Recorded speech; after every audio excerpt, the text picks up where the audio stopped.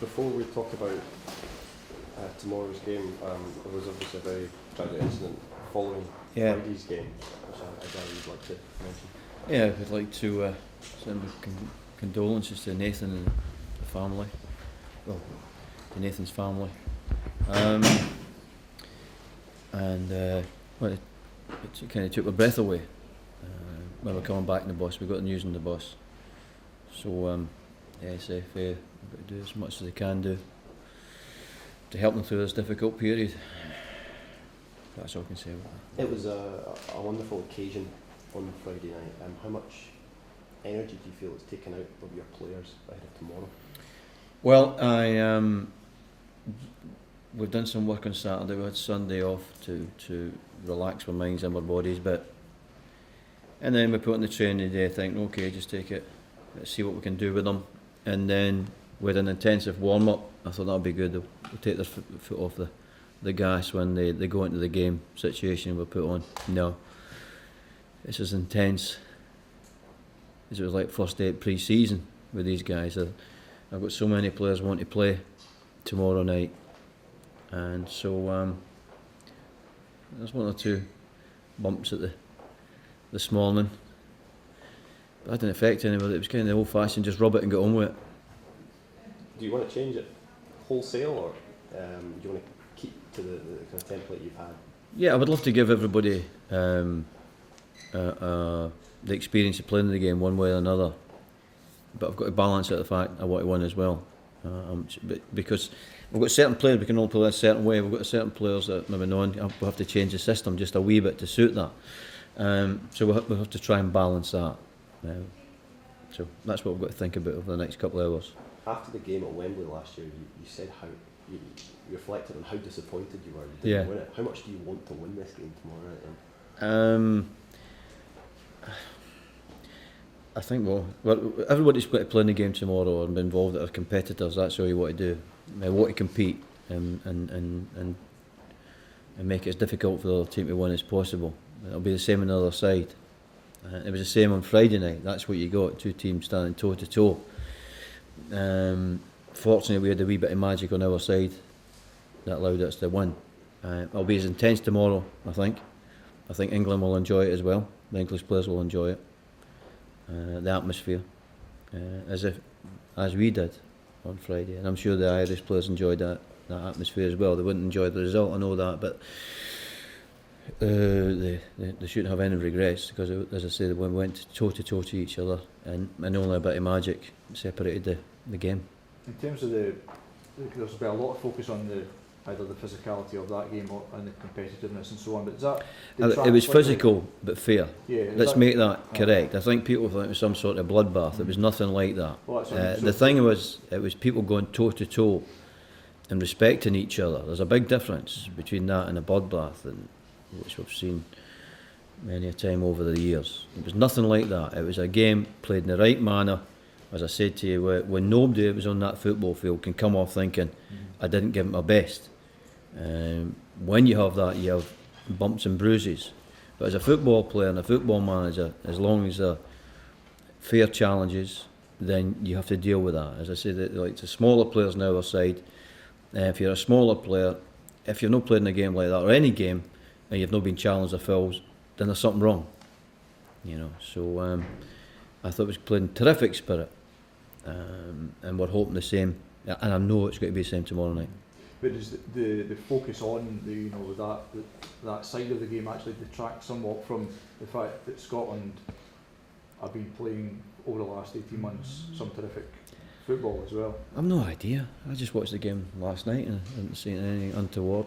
And so, as I said to you, I don't do much in the media side, so I couldn't tell you what the reports have been, to be honest with you. Gordon, have you been watching the goal over and over again? People still can't talking about it? I've seen it about 2 or 3 times now. There's loads of things that could have fell down on, but lucky I had 3 players at least, 3-4 players who put the move together. Then Sean's got the difficult bit. We've got him to that point where the whole of Ireland and Scotland are watching them. Everybody in football who was interested in that game is watching them at that point. Now, all the years of practice as a footballer comes down to these things. Maybe years, and you see other players, and I've seen them at clubs who just go home early, get changed, go away.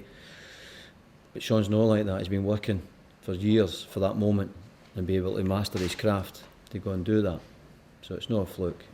That's been worked for a long time in Sean's mind and get himself ready that he can trust himself at that point, that crisis point. I see Archie McPherson was comparing it to Archie Gemmell's goal. Would it be up there in your recommendations? No. Sean's better. No, Archie's. I think once you get your goal, I think in the museum, it's Archie's goals in the museum, the Scottish Museum, you can walk your way through it. Once you get to the museum, you can call it a good goal.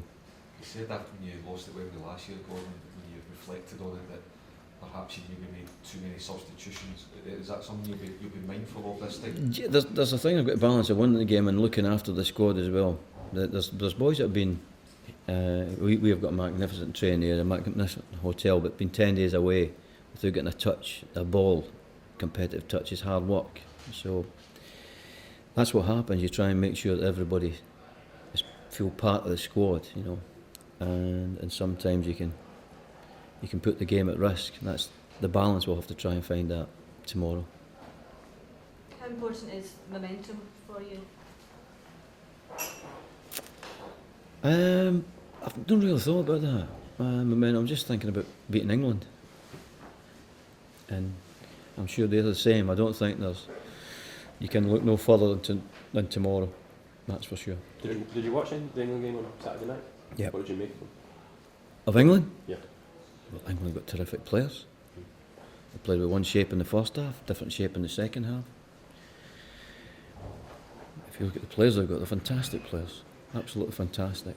And I think they're comfortable winners, really. I think that England could have stepped out at any time they felt like it. They've got quite. I think a lot of people would think that they have a more straightforward group, certainly than your group. And Roy Hodgson said himself over the weekend he might learn more from this game than perhaps in some of the qualifiers. And you can see how he's going to probably. I would think most of the England players will be looking forward to this game. Absolutely. I think it's one that will. They know it's going to be competitive. They know there's going to be an atmosphere, and great players enjoy that. I mean, they've got some great players.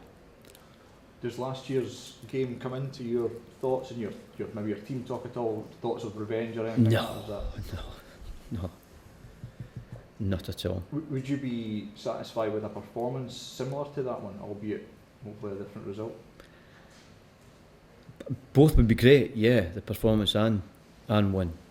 But in the world of football, it's ones that you look for.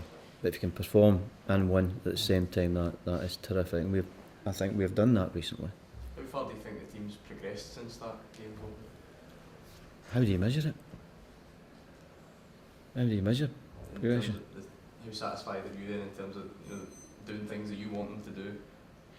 More like it now compared to then? I don't know. I just, as I say, I kind of live in the moment, and I'm enjoying what I'm seeing. I'm enjoying the players working. I enjoy watching them train this morning. As I said, I think most of the coaches thought the day before the game they'd take the foot off the pedal, but no, you just let them get on with it. So I've never really thought about progression and where we're going and what we're doing. And I just live for the games that we have to deal with. What's the news on Darren Fletcher? You missed training this morning? Yeah, he's not feeling at his best today. So the same with James Morrison the other day. He wasn't feeling at his best, so then they come along. They can do that. So he's not his best, but he'll be fine. He'll be training tomorrow when we get together tomorrow. James in contention to play. I think I saw him back training. Yeah. We'll see how he feels after, because that's his 3 days he's missed. So we'll see the reaction to that. But I don't think there'll be too much wrong with James. It's just a bit weak. That was maybe his problem. But we'll see how it goes tonight. But I don't think there'll be any problem with James. He's really looking forward to the game. You'll be aware of all the furore going on surrounding FIFA at the moment. Former FA Chairman David Bernstein said to the BBC today that he thinks England and the FA, in terms of taking a stand to try and force reform at FIFA, should pull out of qualification for 2018 World Cup. Is that a realistic stance in terms of trying to change things at the top? I would need more time to think about that, and you're just throwing that at me on just now, so I've no time to think about that. I think I can only answer things or give my opinion that I know anything about, so that's been thrown on me, and I've no comment on that just now. Might be when I think about it later on, I might, but if you can excuse me just now, I just don't have an answer to that, because my mind's no around that, to be honest with you. Have you Any got any other further injuries thoughts? or concerns? David Marshall, we'll just keep an eye on David Marshall, really, that's about it. Chris, sorry. Jonathan? John. Have you got any further thoughts, Gordon, on the various pros and cons of this fixture becoming more regular, being played more regularly than it has been? Well, we need to keep up the standard. We need to you can only play it if the public want it, and the public definitely enjoyed the last game, John. Not just the footballing world, but everybody who was in London seemed to enjoy the atmosphere. Let's produce another game of football, but the players like it. That's for sure. The players like it. Okay, thank you all. Thanks, Gordon. Thank you. Thank you.